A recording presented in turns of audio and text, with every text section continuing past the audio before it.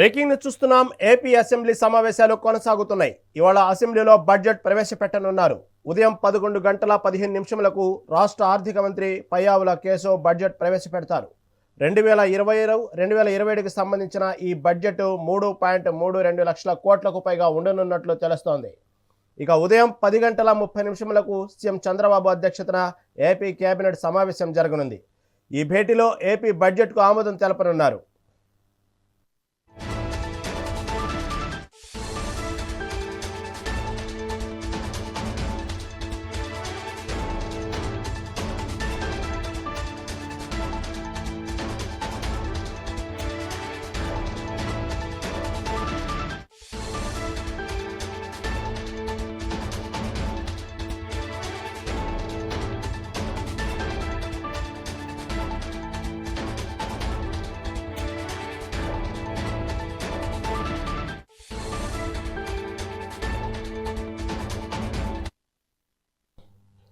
ఇక ఈ బడ్జెట్లో సూపర్ 6 హామీలు, రోడ్ల అభివృద్ధితో పాటు పారిశ్రామిక రంగ విస్తరణకు నిధులు ఎక్కువగా స్థాయిలో కేటాయించే అవకాశాలు ఉన్నట్లు తెలుస్తోంది.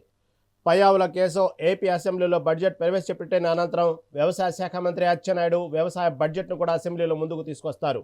హోంమంత్రి అనిత శాసన మండలిలో రాష్ట్ర బడ్జెట్ ప్రవేశపెడతారు. అనగాని సత్యప్రసాద్ వ్యవసాయ బడ్జెట్ ప్రవేశపెట్టే అవకాశాలున్నాయి. అనంతరం ఉభయ సభలు వాయిదా పడనున్నాయి. ఫిబ్రవరి 17, 18 తేదీలలో బడ్జెట్పై చర్చించి అనంతరం ఆమోదం తెలపనుంది అసెంబ్లీ.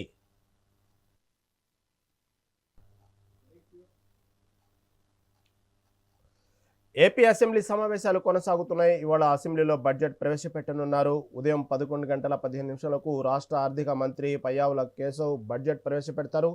దీని గురించి మరింత సమాచారం మా ఏపీ ఇన్పుట్ ఎడిటర్ నరేంద్ర అందిస్తారు. నరేంద్ర, చెప్పండి, ఈరోజు అసెంబ్లీ సమావేశాల్లో బడ్జెట్ ప్రవేశపెట్టే అవకాశం ఉంది కాబట్టి దీని గురించి తాజా అప్డేట్ ఏంటి? ఈరోజు ఆంధ్రప్రదేశ్ అసెంబ్లీలో ఏపీ బడ్జెట్ ని ప్రవేశపెట్టబోతూ ఉన్నారు ఆర్థిక మంత్రి పయ్యావుల కేశవ్. అదేవిధంగా ఏదైతే ఈ బడ్జెట్ కి సంబంధించి ముందే ఆంధ్రప్రదేశ్ సచివాలయంలో ముఖ్యమంత్రి చంద్రబాబు నాయుడు అధ్యక్షతన ఏపీ కేబినెట్ సమావేశమై ఉదయం 10:30 సమయంలో ఆంధ్రప్రదేశ్ కేబినెట్ ఈ బడ్జెట్ కి ఆమోదం తెలపనుంది. తర్వాత 11:15 రాష్ట్ర ఆర్థిక మంత్రి పయ్యావుల కేశవ్ ఈ బడ్జెట్ ని అసెంబ్లీలో ప్రవేశపెడతారు. శాసన మండలిలో హోంమంత్రి అనిత ఈ బడ్జెట్ ని ప్రవేశపెడతారు. వ్యవసాయ బడ్జెట్ ని అచ్చెన్నాయుడు శాసనసభలో ప్రవేశపెడితే శాసన మండలిలో ఇటు అనగాని సత్యప్రసాద్ ఈ వ్యవసాయ బడ్జెట్ ని ప్రవేశపెడతారు. మొత్తంగా కూడా ఏదైతే దీనికి సంబంధించి ఆంధ్రప్రదేశ్ లో 2026-27 బడ్జెట్ కి సంబంధించి పెద్ద ఎత్తున నిధులు కేటాయింపులు చేశారు. ఈ బడ్జెట్ లో సూపర్ 6 హామీలు, అదేవిధంగా రోడ్ల అభివృద్ధితో పాటు పారిశ్రామిక రంగం విస్తరణకు సంబంధించిన నిధులు ఎక్కువ స్థాయిలో కేటాయించినట్టు తెలుస్తుంది. అదేవిధంగా ఏదైతే గతంలో చంద్రబాబు నాయుడు ప్రజల్లో తిరిగినటువంటి సమయంలో కానీ, నారా లోకేష్ పాదయాత్రకు వెళ్ళినటువంటి సమయంలో కానీ ప్రజల్లో వచ్చినటువంటి విజ్ఞప్తుల మేరకు పెద్ద ఎత్తున సంక్షేమ పథకాలు అందిస్తామంటూ కూడా ఆ రోజు హామీలు ఇచ్చారు.